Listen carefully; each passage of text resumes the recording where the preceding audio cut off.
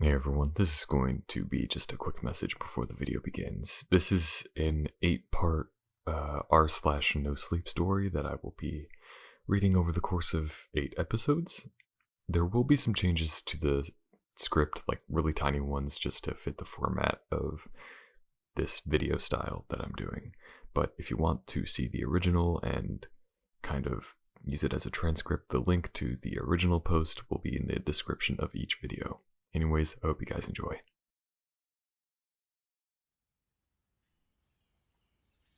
I wasn't sure where else to record these stories, so I figured I'd share them here. I've been an SAR officer for a few years now, and along the way I've seen some things that I think you guys would be interested in.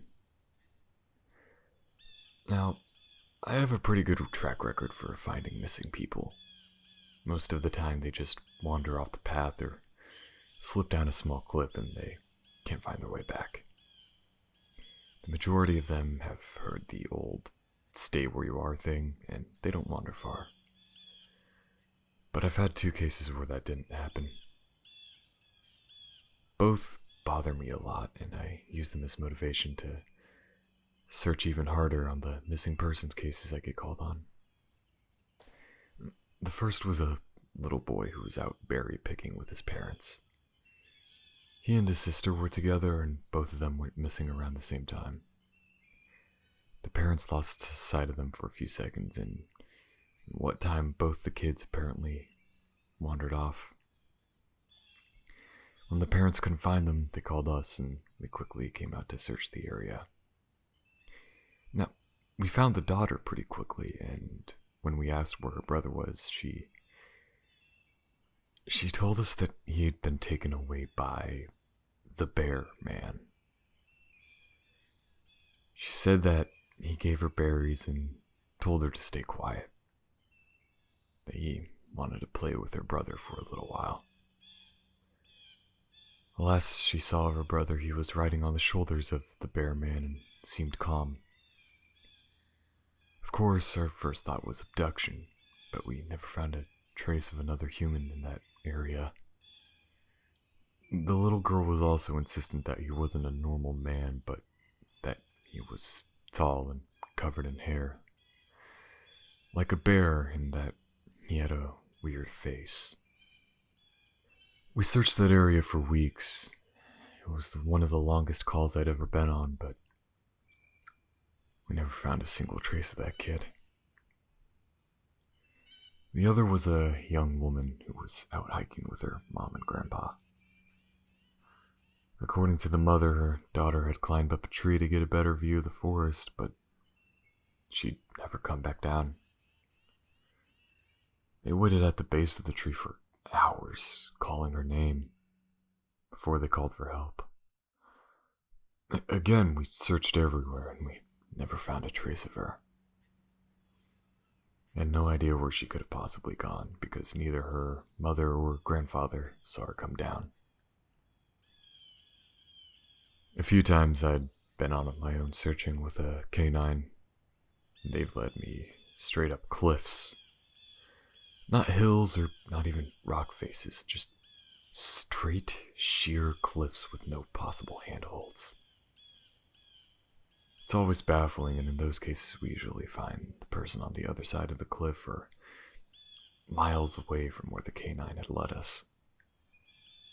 I'm sure there's an explanation, but it's sort of strange. And one particularly sad case involved a recovery of a body.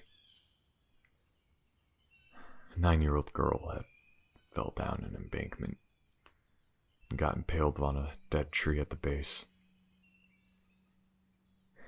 It was a complete freak accident, but I'll never forget the sound her mother made when we told her that what happened. She saw the body bag being loaded into the ambulance, and she let out the most haunting, heartbroken wail I've ever heard. It was like her whole life was just crashing down around her, and a part of her died with her daughter. I heard from another SAR officer that she killed herself a few weeks after it happened. She couldn't live with the loss of her daughter.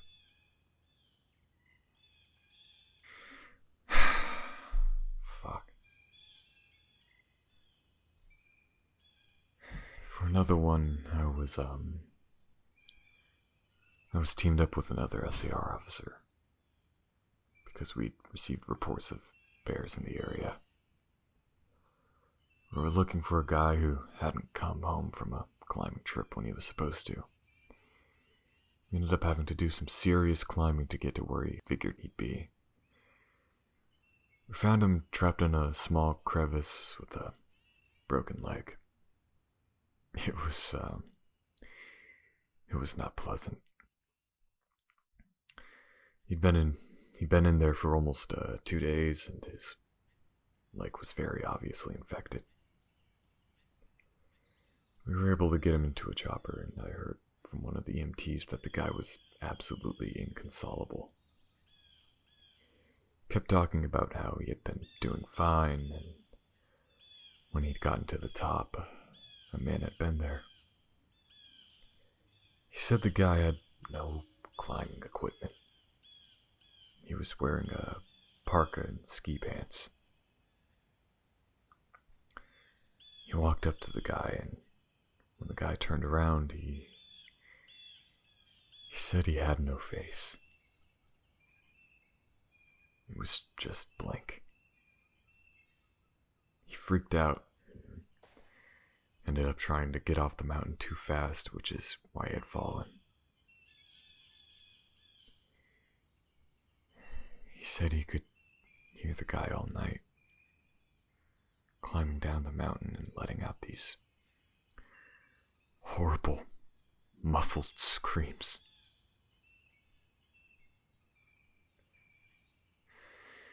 That story bothered the hell out of me. I'm glad I wasn't there to hear it.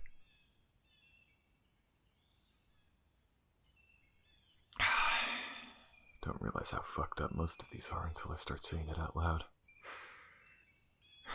But gotta tell them somehow.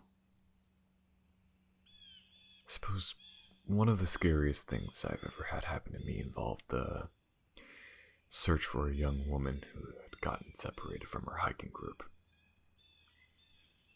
We were out until late at night because the dogs had picked up her scent. When we found her, she was curled up under a large rotten log. She was missing her shoes and pack, and she was clearly in shock. She didn't have any injuries. We were able to get her to walk with us back to base ops. Along the way, she kept looking behind us and asking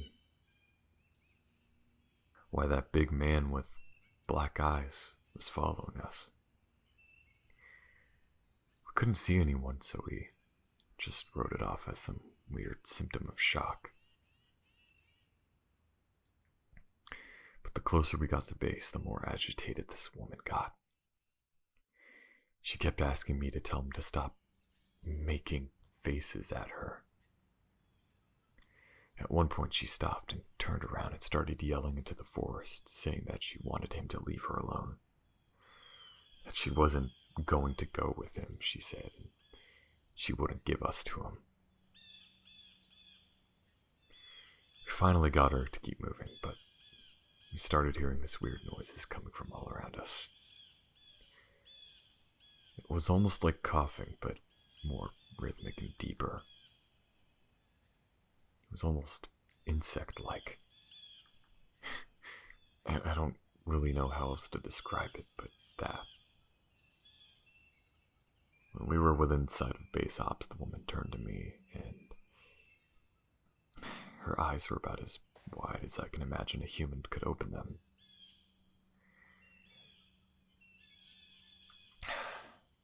She touches on my shoulder and says that he says to tell you to speed up. He doesn't like looking at that scar on your neck. Now, I have a very small scar on the base of my neck, but it's hidden under my collar, and I have no idea how this woman saw it. But right after she says it, I hear this weird coughing and right in my ear. And I just jumped up out of my skin. I hustled her to ops, trying not to show how freaked out what I was, but I have to say I was really happy when we left the area that night.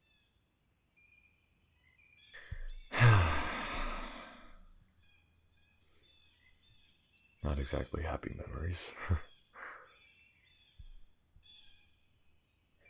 For now, this will be the last one I'll tell. And it's probably the weirder story. Now, I don't know if this is true in every SAR unit, but in mine, it's sort of an unspoken, regular thing we run into. You can try asking about it with other SAR officers, but even if they know what you're talking about, they probably won't say anything about it. We've been told not to talk about it by our superiors, and at this point, we've all gotten so used to it that it doesn't even seem weird anymore. On just about every case, when we're really far into the wilderness, I'm talking 30 or 40 miles, at some point, we'll find a staircase in the middle of the woods.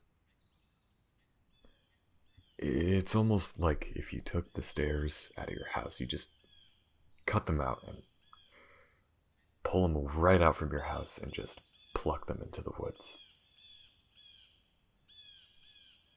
I asked about it the first time I saw some, and the other officer just told me not to worry about it, that it was normal. Everyone I asked said the same thing. And I wanted to go check them out after, but I was told very emphatically that I should never go near any of them. I just sort of ignore them now. I run into them because it happens so frequently. Fuck. Those are just some of the stories off the top of my head, but if you guys want to hear more, I can organize more of them, because trust me, there are plenty.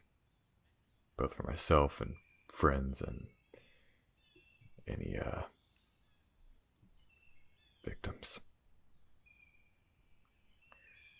And I'm sure that I'll have no trouble finding more. In the meantime, stay safe.